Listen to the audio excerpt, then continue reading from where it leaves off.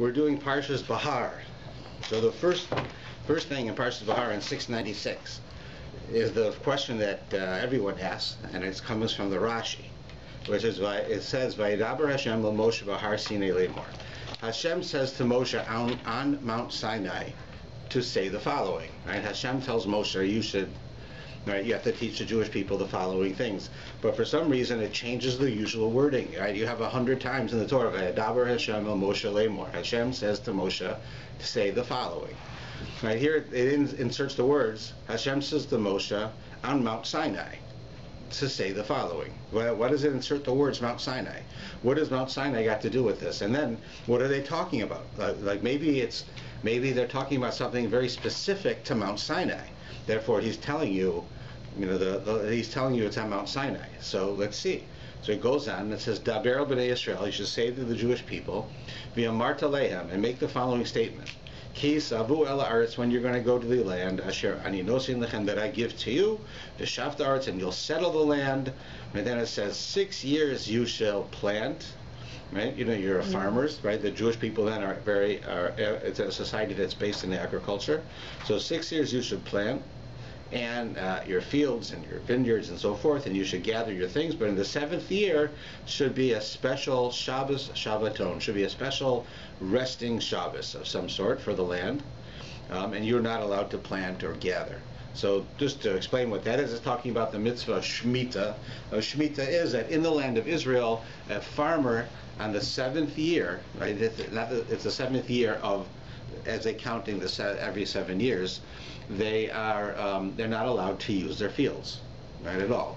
You're not. In fact, many plants will grow anyways, and anything that grows, you're not allowed to gather. You're only allowed to either get it for the beis din, for the court, to be able to distribute it, or the poor can come and take it, but you're not allowed to take it. That's every 7 years. And you can imagine that's an enormous hardship for a farmer, right? Any farmer is going to tell you, you want to tell me I'm going to go into business and for 6 years I can plant. 6 years I can go and do my job and I can have food for my family. The 7th year I can't. And it even gets worse as we go on, we'll see. But even here, it's a pretty big deal. The 7th year you can't do it. It's one thing if you're a doctor or a lawyer or an accountant. So, all right, so farmers can't do it one year, so the price will go up a bit. So I'll pay more. But for a farmer, right, it's like they tell the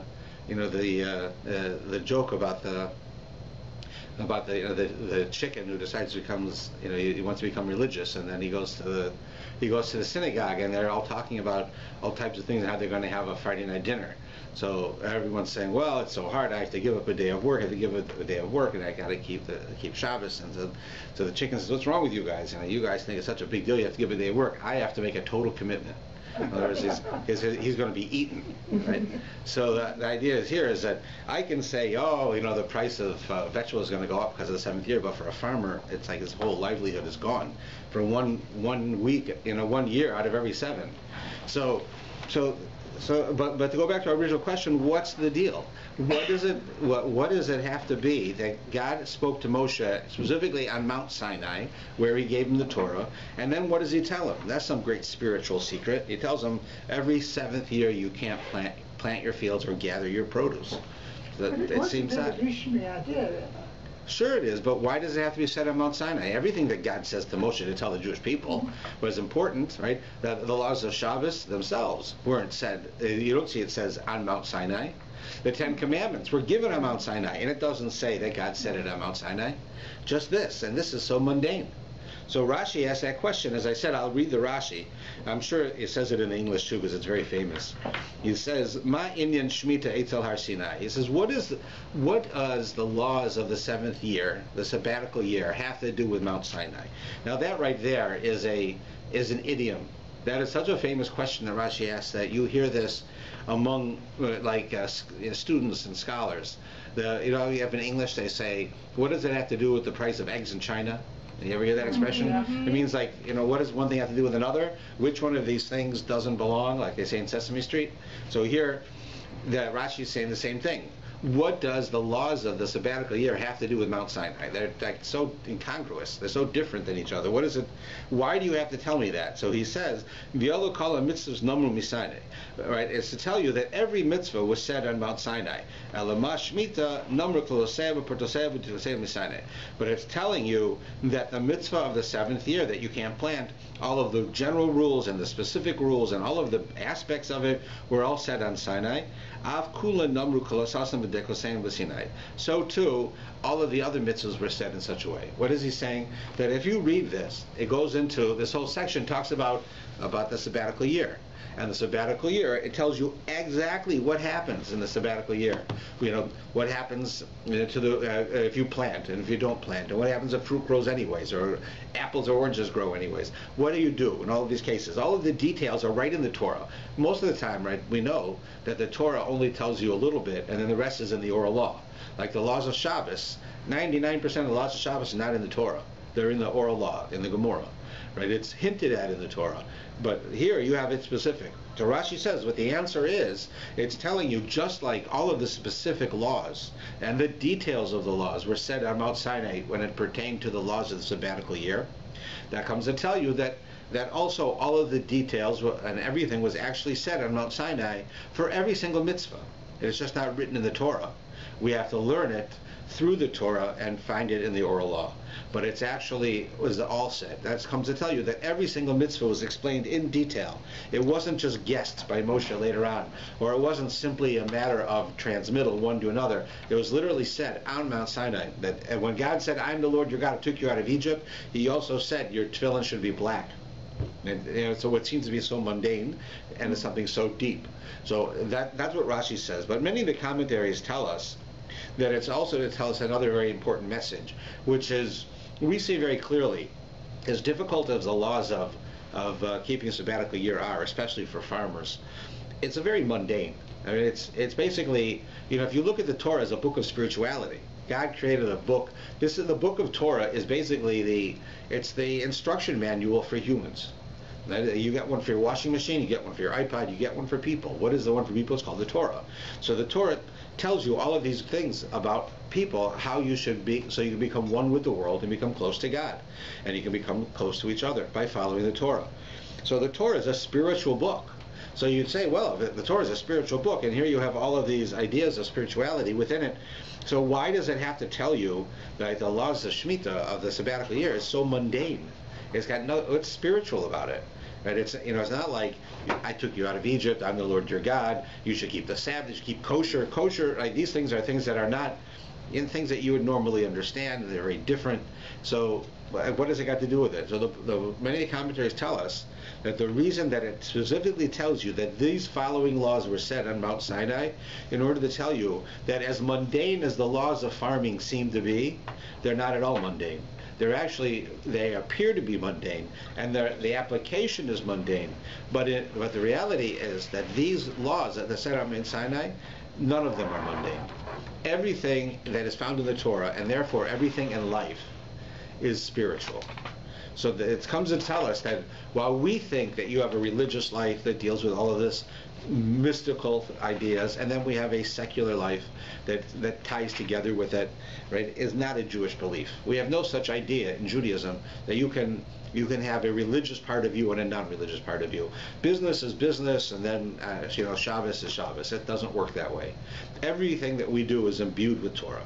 Whatever we do, from our most intimate actions to the most business-like actions to the most religious actions, they're all filled with Torah. And this line basically tells us this. It says, you want to know the laws of farming? You can't get any more mundane than farming. Right? The laws of farming came from Mount Sinai. God told them to us. They are spiritual laws. Even though they're wearing clothes of farming. They're very spiritual. And if you fulfill these laws, you will receive the same type of reward as if you do all the other mitzvahs. And so that's another understanding of this, of why it's said in such a way. And Mount Sinai definitely, right, is a symbol of spirituality, and farming is certainly physical, to show you there's no such thing as mundane or physical things. Everything has a spiritual aspect, and everything is important in such a way. So then it goes, of course, into all of the details here, talking about the sabbatical year. And it says right on that you have to rest, not you have to rest, but your field has to rest.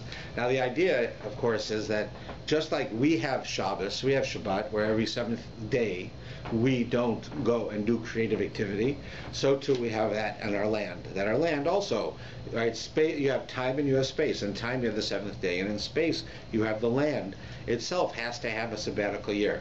Now this is leaving aside the laws of agriculture that we know from simply studying agriculture, that it's very good for the land to actually sit for a year.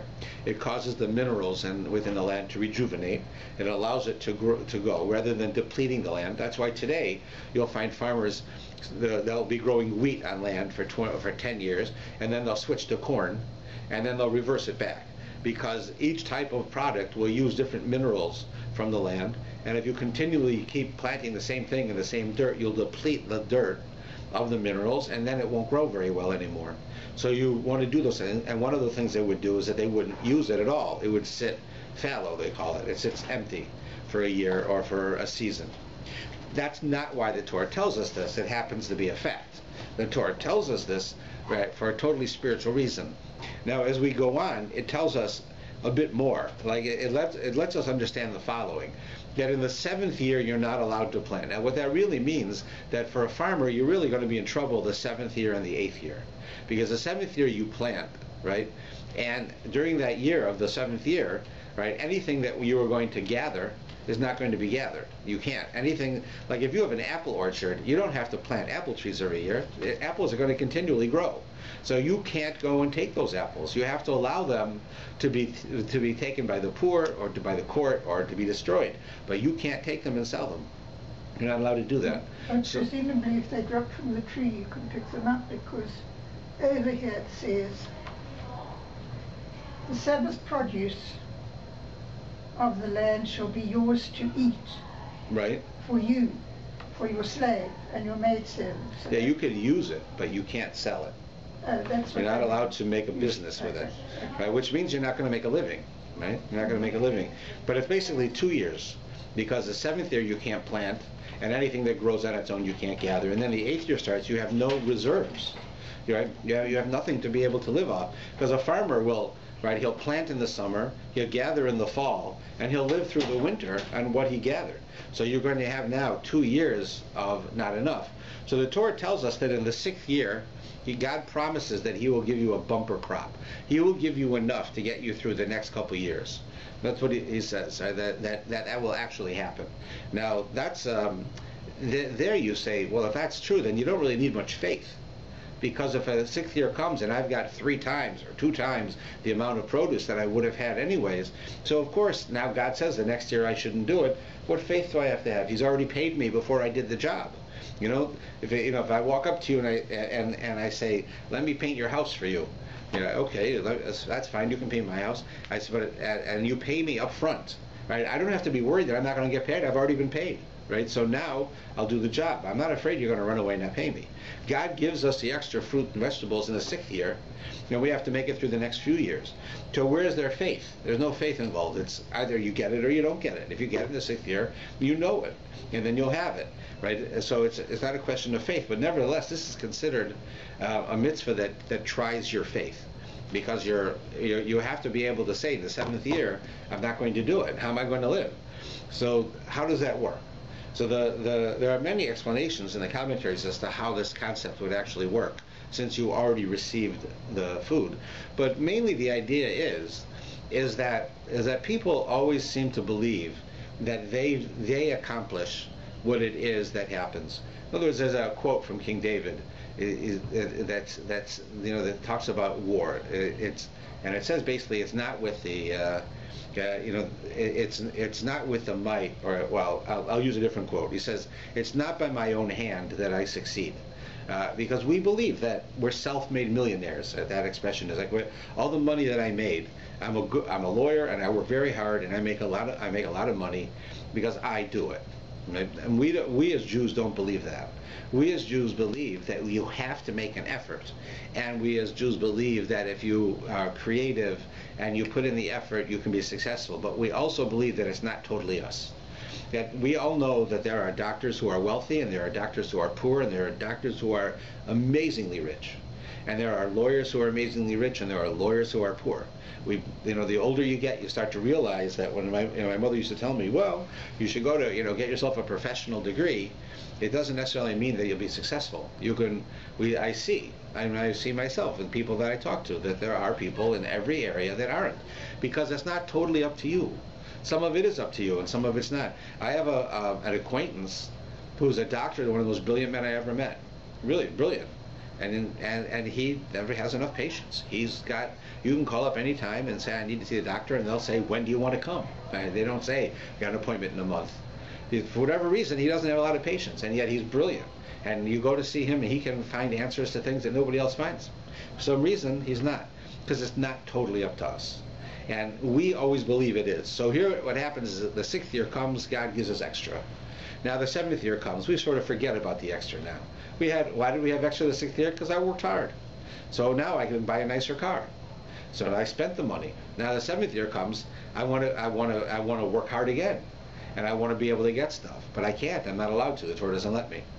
Now that I do that, I say, it's very nice that you helped me, but what have you done for me lately? And the fact is, we forget. And therefore, the faith is that we have to remember not that God gives us fruit and vegetables the year before, enough to sustain us through. We have to remember that it's not us who are the ones who do it. Because if we think it's us who do it, then whatever comes in the 6th year will be gone by the 7th year. Because we think, I made so much money this year, I can buy a nice new house. Right? Next year, I'm also going to make a lot of new money. And then next year comes, I'm not allowed to do anything. And I have no money. Right? It's like the guys who win the lottery. They win $50 million, and 3 years later they're on welfare. He's like, how's that possible? Because you forget. And the idea that you have to remember that's where the faith comes in. You have to have faith that Hashem will help you, and that it's not all you doing it yourself. That's really one of the important points that's trying to tell us. Now, if you want to add what they call insult to injury, we continue at the bottom of this page, where in the English it says, you should count for yourself 7 cycles of sabbatical years. So now we have these sabbatical years, right? The Shemitah year, the 7th year.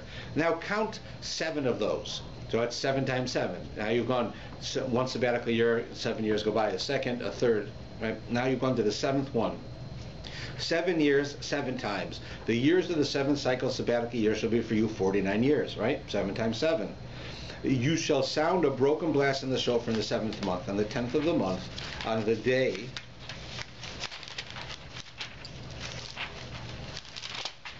of atonement, on Yom Kippur, and you shall sound the shofar throughout the land. You shall sanctify the 50th year and proclaim freedom throughout the land.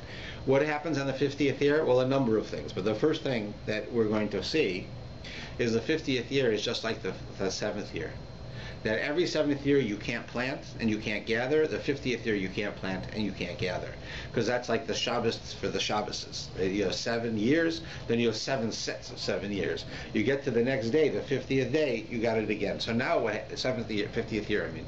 Now look what happens. And the 50th year, you go through year 6, you get a bumper crop.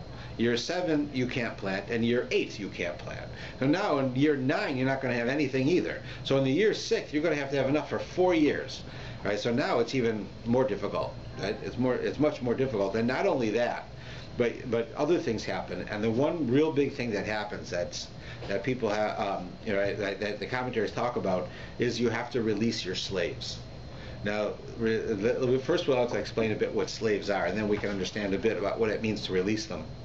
So, on the Jubilee year, which is the Yovel in Hebrew, but Jubilee means the 50th year, where all of these laws come into play again, one of the things that happens is you blow the shofar, and the shofar that you blow proclaims to everyone that all slaves can go free. So what this is talking about is that, what is a slave? We're talking about a Jewish slave. And what's a Jewish slave? A Jewish slave is not a person who has been forced into slavery. Like, you captured him and you make him a slave. A Jewish slave, for the most part, is a person who either got himself in such horrible debt, his fault or not, or he stole something and has been required by the court to pay it back, and he can't. He doesn't have, people who embezzle, they can embezzle $1 million over 10 years. but at the end of the 10 years, they don't have any money. Right? They spent it every year. So now they get caught, and the court says, you got to give back the $1 million. Well, how am I supposed to get $1 million? I can't get $1 million. So what they do is a person who's in that kind of debt, or a person who gets themselves in that kind of debt, the Torah understands you're never going to get out of debt. There's no way when you're that much debt that you ever get out of it. So it says you do is you sell yourself as a slave, and you're selling yourself for the debt. So the debt's paid, whatever the debt is at the end of the period. And you can't be a slave for more than 7 years under normal circumstances. But then, if it happens to be that the 50th year falls within those 7 years, you go free, and the debt's paid. Right? So in that 50th year. So all of the slaves go free in the 50th year. Now you imagine, a slave is not what our picture of slavery is. Our picture in our mind is that you abuse somebody, they can't make any choices, they're beaten, they sleep in the basement or in the garage or in the barn, right? They're really they're like intelligent animals. And that's not at all the case in Jewish tradition. The Jewish tradition talks about slavery, as I said, you're talking about regular people who got themselves in trouble, and this is a way for them to get out of trouble, because otherwise they'll be in debt the rest of their life. So they do this. But it says in the Talmud that if you have one pillow, the slave gets the pillow. If you have one blanket, the slave gets the blanket. In other words, the laws of a slave is like you have a guest in your house. You have to treat them with respect. You have to treat them with dignity. You're not allowed to abuse them, to strike them, to beat them in any way. You're not allowed to cause emotional pain to them. What it basically is that they're working off a debt, and you have to treat them normally, but they don't get paid. You have to feed them, and if you only have enough good food for one person, they get it and you don't. So it's the opposite of what people think. So it's not that you should want to be a slave, but the idea is that in Judaism, nobody can be treated without dignity, and therefore a slave as well. So even though we use the same word as that they use, like with the blacks in America, let's say, who are slaves, it's not the same thing at all. It's just the same word. So that idea of slavery is very, very different. So here now you have this slave, and basically what you have is, at this point, you have free labor. The person owes you money, but chances are you are living without that money, right? They owed you money, they didn't pay you back, so you're living without it. So now they're coming to work for you for 7 years. You don't have to pay them, right? You don't pay them. Imagine you have help in the house. It's like even better than South Africa used to be. There at least you paid a little bit of money. Here you don't pay anything. The person lives in your house, they do whatever you want them to do, and you have to treat them correctly, but still you don't pay. So imagine if you have a farm and you've got 10 slaves. You've now got everyone you need to take care of your farm and to make it run, and you don't have to pay anybody. So your profit is enormous. Right? So now suddenly you wake up and boom, they blow the shofar. Now you gotta let them go, all of them. You don't want to do that very much. Okay? People don't want to. You're not prepared. Giving up money is a big deal, right? To do that, now you've just cut in half your income because you got to let the slaves go. So the question comes up is that in order to understand this, it tells you that you're supposed to blow the shofar. It says. On the Jubilee year. So why do you blow the shofar in the Jubilee year? On Yom Kippur, which we don't usually do. On Rosh Hashanah we usually do it, but not on Yom Kippur. So in the Jubilee year and the Yovel year, we blow the shofar. It says that the shofar should be heard throughout the land. And the idea is that everybody should hear the shofar blow. And everyone who is slaves, now as a group, has to give up their slaves. It's not I have to give up my slaves and the rest of you don't have to. We all have to. And there's an idea as to how human beings are created, which is when it comes to having to do something you don't want to do or doing something that you shouldn't do, peer and community pressure is extremely strong, and it can get you to do things, right? Yeah, you ever ask your kid why did you do that? And you say, my friends are all doing it. So if your friends jump off the roof, would you jump off the roof? Right? You ever remember that one? So it's the same idea. Right? Why does your kid do, I don't know, God forbid they would start smoking. Why does a kid start smoking today? There's no reason to start smoking. You're not addicted if you didn't start. And it tastes bad, and it's expensive, and it'll kill you.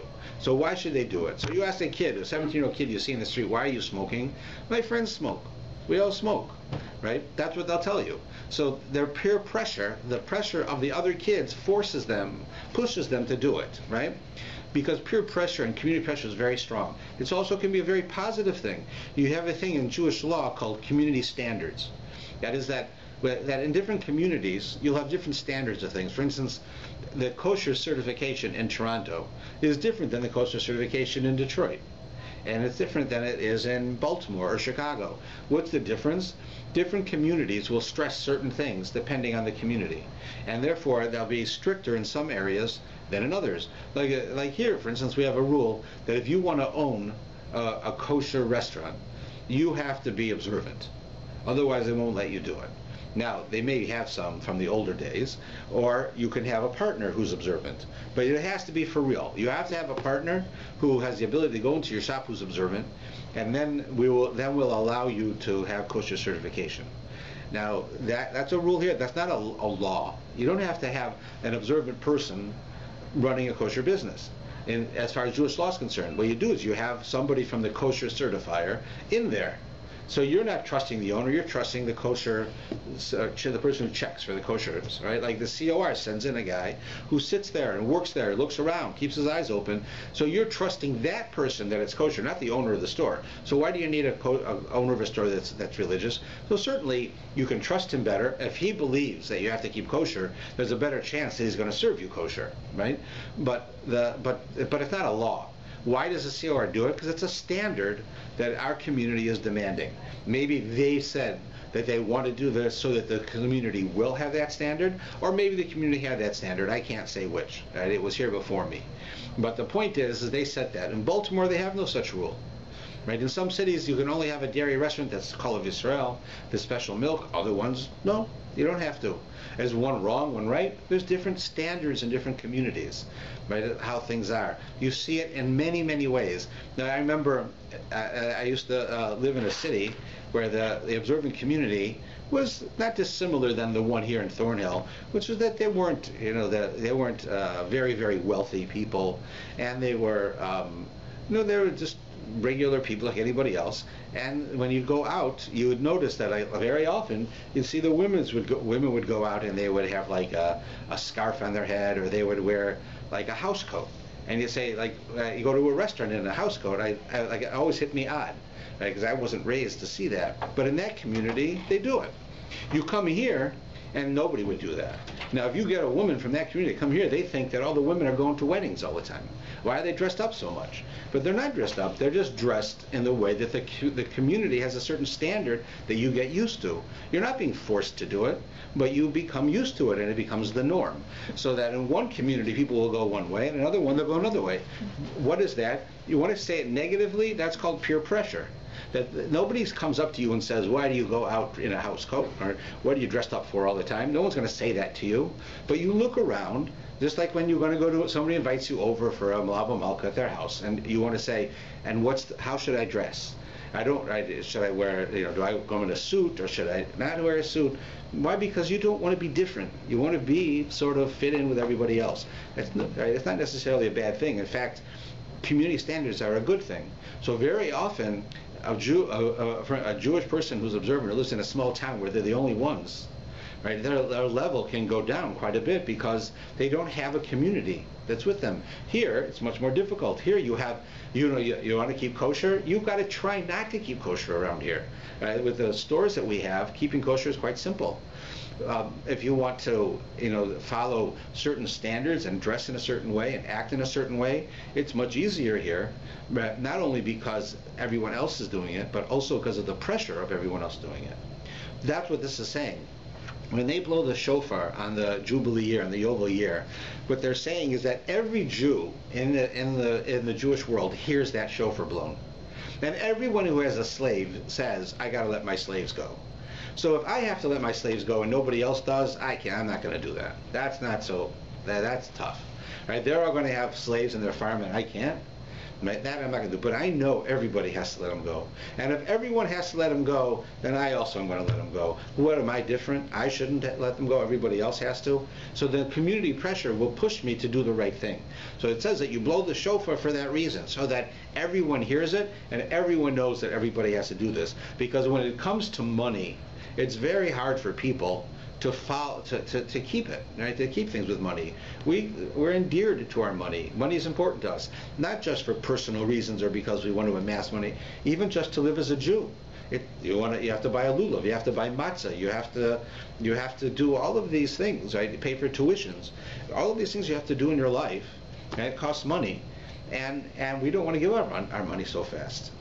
So when it comes to giving up your slave, that's giving up your money. So if everyone's doing it, everyone's doing it. But if I'm the only one, right, if everyone else gets free tuition and I'm paying tuition, I'm not going to do it. But I know everybody is, and that's the right. Then I feel part of it, and it's easier for me to do. That tells you why they blow the shofar, but it actually goes further. They blew the shofar when they blew the shofar. They blew it just like they did in Rosh Hashanah. Right? It isn't Rosh Hashanah, but they blow it the same way as they do in Rosh Hashanah, which is on Rosh Hashanah, right? They have the three different types, right? Tekiah, Trua, they have all the different types, and then they have the three different ways that it's done. It's like 100 blasts that they do it, all different ways. That when the Jubilee year came, it wasn't that they just blew it once, which would tell everyone you have to let your slaves go, but they blew this whole sequence. So if they did that, what's the need of doing that, of having this whole sequence of blessings, of shofar blowing, rather than just one? So they say there is in order to remind you of Rosh Hashanah. Because what happens Rosh Hashanah is that we remember the story of the binding of Isaac, called the Akedah Yitzhak, when Abraham took Isaac and he put him on an altar. He's going to kill him, right? And he didn't in the end. But the amount, both for Abraham and Isaac, the amount of discipline that they had to allow themselves to be in that situation and to follow the word of God, one to be killed and one to kill, which I can't tell you which one is harder for. They're both extremely difficult, and they were both prepared to do it. And for that to have been the case, that means that they were prepared to give everything. They call it Mesiras Nefesh, to give their entire soul for what God wanted. And in a way, for people to give up their money, it's just as difficult. And it says in the Talmud that there are among the righteous, there are people who their money is more important than their life. And this is among righteous people. It's not meant as a negative in their case, because their money helps them live their life. It helps them give tzedakah, helps them do all of the mitzvahs and so forth. But the idea being that even if you don't want to answer it in such a way, money is important. Right? We all feel money is important. Nobody wants to waste money. Nobody wants to give up money. Money is important. And therefore, they blow the shofar in the way like Rosh Hashanah to remind us on Rosh Hashanah is when how much money we make is decided. And every year in Rosh Hashanah, God makes all of these decisions. One of them is how much money are you going to make this year? So that decision is made on Rosh Hashanah, and here it is already after Rosh Hashanah, and the Jubilee year starts. What am I worrying about? If I have slaves, I don't have slaves, I'm going to make the same money anyways, because God's involved in it. It's not just me. So therefore, it helps the people, again, to give up their slaves and to not have as much difficulty in fulfilling this mitzvah. Here's just another one of the thoughts. That takes us to the first page of the parsha. And this goes on for like 3 pages, talking about all the different things that happen at that time of the year. Another thing that happens that's very interesting is that, when the Jews came to Israel, the land of Israel was divided up for the tribes. Each tribe, except for Levi, had land. It was given to them as an inheritance. So God said the Jewish people get Israel, but not only the Jewish people get Israel, each one of the 12 tribes of the Jewish people inherited a certain part of the land of Israel, and that tribe would live in that land. It was all part of a whole, right? It's different than Italy, for instance. In Italy, you had different groups living in different parts of Italy, but they were totally independent of each other, and they were fighting with each other. While the Jews sometimes did fight with each other, the 12 tribes living in Israel were not independent. They were all a part of Israel. Now, there were times when there were separations, but they're all part of Israel. And each tribe had its own land. What happens, of course, is because of marriage. Let's say, a woman comes from Benjamin and the man comes from Zvulun, 2 different tribes, and they get married, and the father, one of the parents die, and they inherit. So now you've got somebody from one tribe who inherits land from another tribe. Right? Or you have a guy in one tribe who just needs money, so he sells his land to somebody else, and that person's from another tribe. So now you've got someone from a different tribe owning land in this tribe. It's going to get all messed up. It's not going to take very long when there's no more tribes having certain areas. It's going to be finished. So on the Jubilee year, on the 50th year, automatically the land returns back to its original owner. So that means that when you're buying land in Israel, you're not buying it like you're buying it in Canada. In Canada, unless the government intervenes, the land that's on your house, when you pay off your mortgage, that's your land until there's no more Canada. It's yours. They can't come to you and say, okay, your lease is over, now someone else is going to buy it. No, it's your land. It's yours. You can give it to your kids, your grandchildren, great-grandchildren, and all the way down, it's their land. Unless the government comes in and says, we're using this land for something, when they have to pay for it, but it's yours. In Israel, your land, when you're selling land, you're not selling land, you're leasing it, really. Because in the 50th year, it goes back to its original owner. So here, if it is the 49th year, and I'm destitute, I need to sell my land, basically I'm selling it for 1 year. Because after that year, I get it back. And so I can't really sell it. Because who's going to buy it for a year? The idea being is that people will buy these things and will do these things, but the end result is each tribe will end up with its own area, so that every 50th year it goes back to its original owners, and that's known when you do it. In other words, when you buy the land, you know how many years you have until that land will return to its owners, unless you're from the same tribe, so then the land can stay with you. Right? But if you're from a different tribe, it can't. So that's what the next section talks about. Rabbi, is Yes. everybody in the same 7th year? Yes, it's not 7 years for you, like from let's say the year you opened your farm. Right. It's a 7 year. We had the sabbatical year, the Shemitah year 2 years ago. We know when it is. The Yovel, the 50th year, we're not sure when it is. We've lost that. Really? Yeah, we have an idea. There are people who guess, who try to figure out, but the 7th year we know.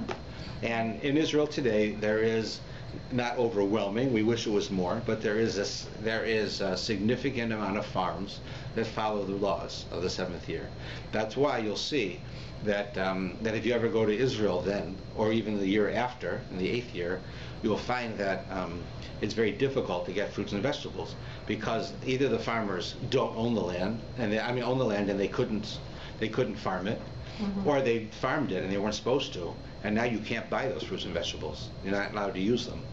So you have all of those problems during that period of time, and that actually happens every year. There's also laws of, in the 7th year, there's laws that have to do with loans, that if you've lent money to someone, that the 7th year the loan becomes excused.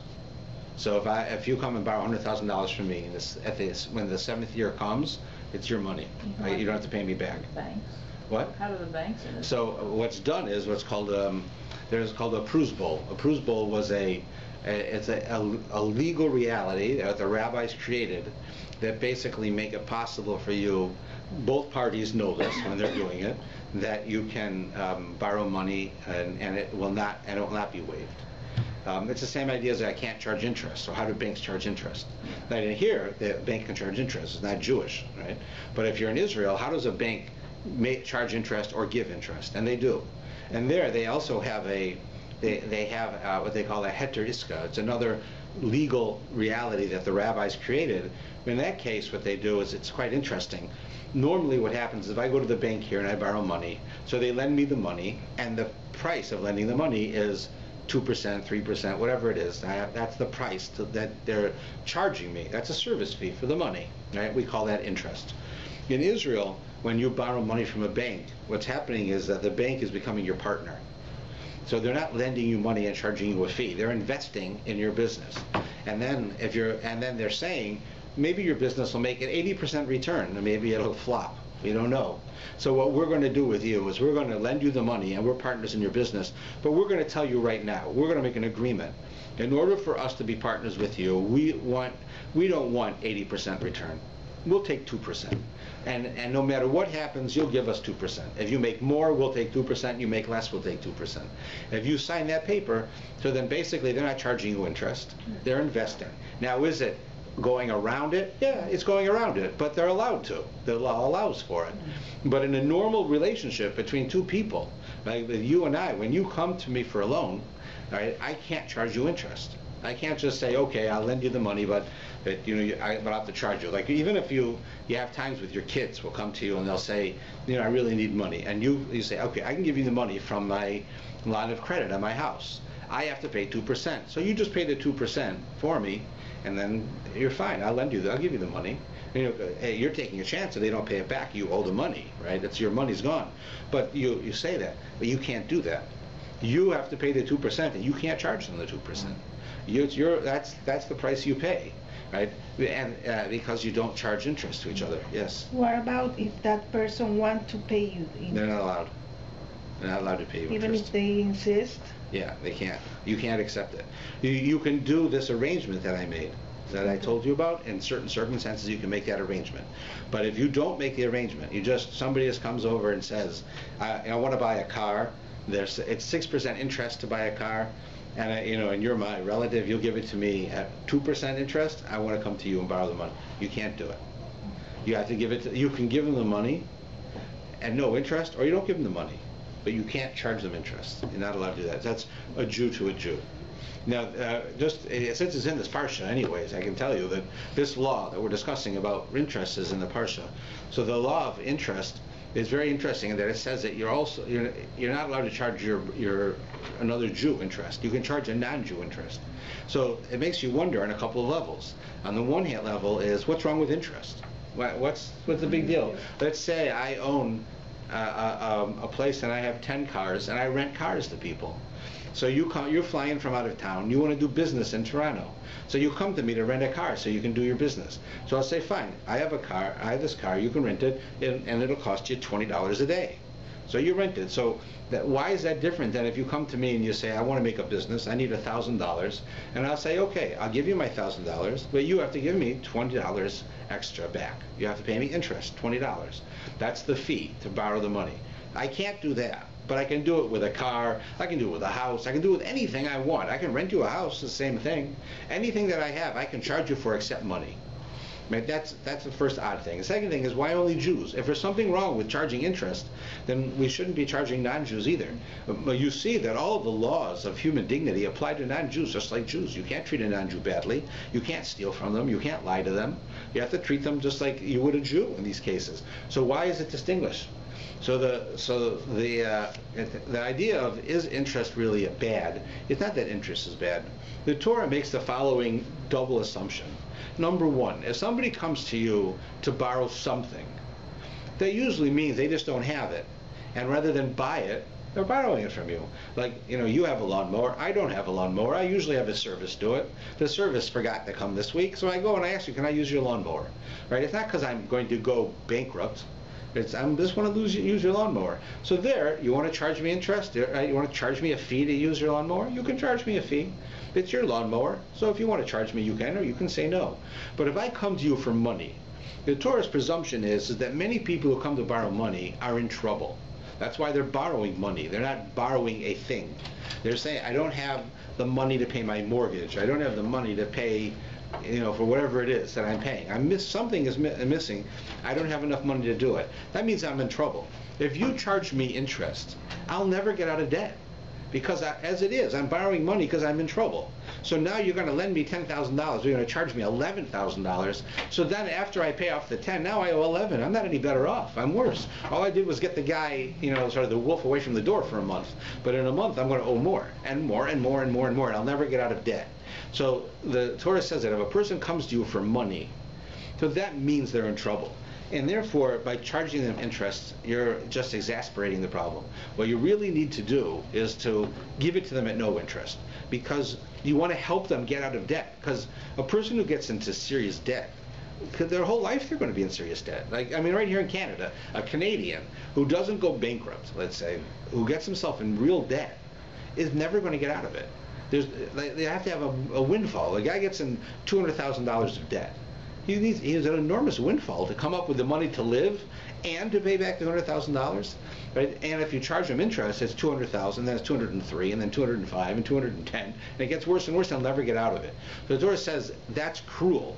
If somebody needs to borrow money, you can't charge them interest, because your goal is to help their life get better, not to make their life worse. And that's only with money. That's what it says. Now then, so why do we distinguish between Jews and non-Jews? Shouldn't we help a non-Jew also? There's nothing wrong with non-Jews. You should help them too. So the Torah says it's not that lending money with interest is evil. It's not evil.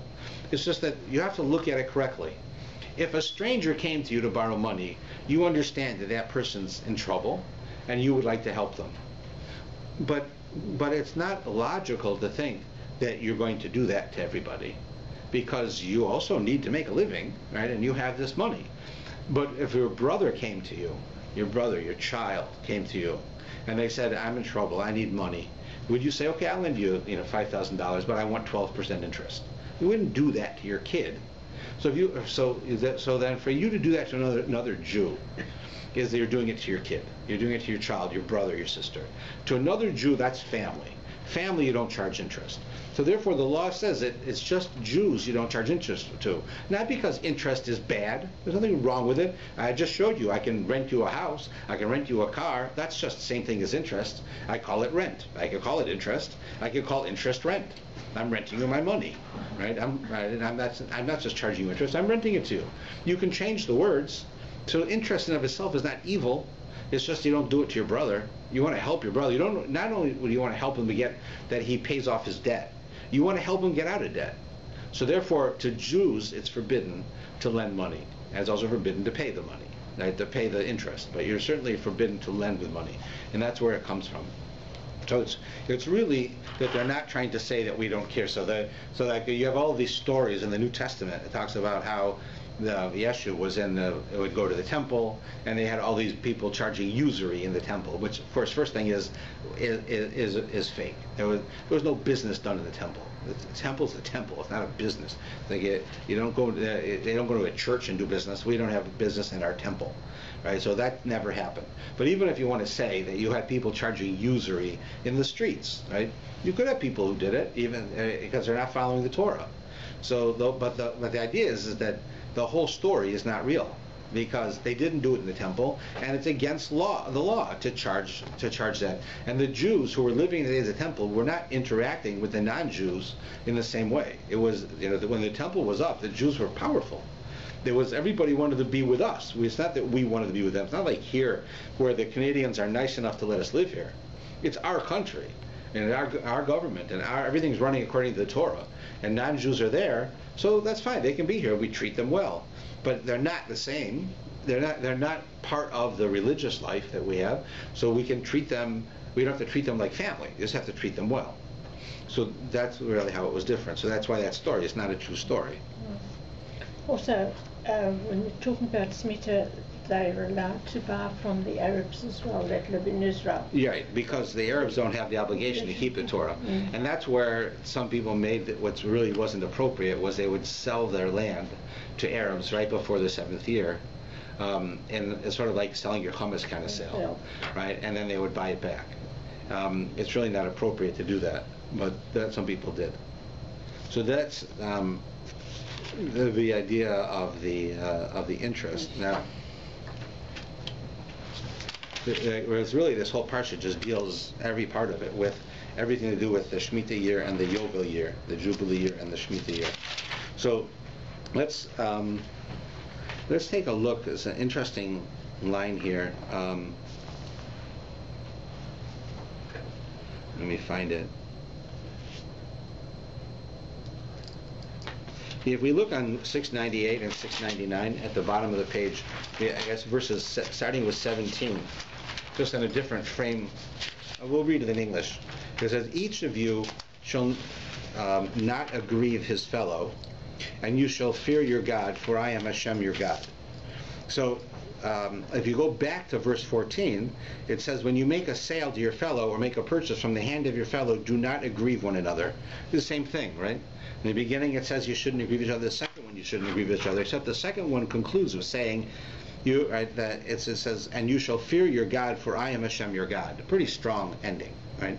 In other words, don't cheat each other. The first one says, if someone wants to do business with you, right? You're the seller, I'm the seller, he wants to come and buy from me. Don't cheat him. Second one is, now I'm the buyer, someone else is selling, and he's a dummy, so don't cheat him. I'm the Lord your God. Right? So God is saying this is a big deal. I'm putting my name on this one. So what is it telling us? It has to say it twice. It reverses the roles, and then it tells you that God right? Is the one saying this. And the point is that it's like this. So let's say you've got, you have a business and somebody comes in and they're not that intelligent. They're naive, right? So they want to buy a television set. So you want to sell them a television set that you make the most money on. That's your goal. You're in the business. This is not like a freebies. This is a business. So he comes in. So this guy's a dummy. He doesn't know. So he says, "All right, tell me. You work in this store. You tell me which television set should I get." So what are you going to say? You're going to tell him the one where you make the most money, because he's a dummy, right? So that you can't do that. That's what it's saying. That's what it's beginning by saying. As someone, you cannot cause pain to someone like that. You can't trick somebody like that, right? So then at the second time it says, now you're going to go do business and you walk into a shop and a guy's selling, let's say, a dish and it's $5, and you know that's like a rare dish worth $1,000. So you can't trick him, right? You can't take advantage of him and trick him because he's a dummy and he doesn't know what he's selling. So therefore, you have to be honest with such a person. I'm the Lord your God, it says. The point being is that Jews and non-Jews. Yeah, it doesn't specify here. So here he's saying an interesting point. He begins by telling us that when a person is doing business, and you have a person, someone you don't know comes in, so you don't deal them like a person. That's business. But let's say somebody came in and they weren't so intelligent, but their parents were friends of yours. And a kid comes in, he's never done business before, he wants to buy a television set, right? He's just getting married, and he comes in to see you, and you know his parents, they're friends, his parents are friends. So you could take advantage of him, but you won't take advantage of him because he's somebody to you, right? Right? And the other way around, the same thing, is that you're going into a store, the guy who owns the store is somebody that you know his family, right? Or let's say you're related even, and he doesn't realize what he's got, so you're not going to take advantage of him, you're going to tell him what he's got, right? So that why? Because you feel some connection. So God says here, I'm the Lord your God. He's telling you, I am his God, and I'm your God. I'm the God of both of you, and you're both my children, and therefore you're both related. So it makes a difference who you are and who that person is. I'm God, and I'm the common denominator between the two of you. So if you want to say that someone comes in and they're a stranger and they clearly don't know what they're doing, and you want to take, a guy comes in and he's from a foreign country and you tell him this is 25 cents and he gives you a loonie, right? You don't tell him that's a wrong coin, right? It happens whenever you go somewhere, right? You wouldn't do that to a friend, right? Or $1's not so much, but if you imagine it was big money, bigger money, so you wouldn't do that. Why? I'm the Lord your God. I'm your father, and I'm his father. You're related. You don't do that to each other. So that's why the Torah tells you that. So you should realize that when you're interacting with another person, don't go around saying, well, this is personal, this is business, like the mafia, right? I got to kill you. It's nothing personal, but it's just business. I mean, you should have paid the loan back. It's not personal, right? We don't have such a thing. Everything is personal. Therefore, whenever you're doing business with someone, nobody says that you have to not make money. But you have to be honest. You have to be straight with what you do. Because if you're not honest, then you realize that this is your brother you're doing this to. And not only that, your father knows. Your father knows you're doing it to your brother. It's one thing if you trick your brother and he never tells your parents. But your father knows. He doesn't have to tell him. Your father's right there. He knows. God is with you wherever you are. So don't inflict pain. And so that's why it tells us that in such a way.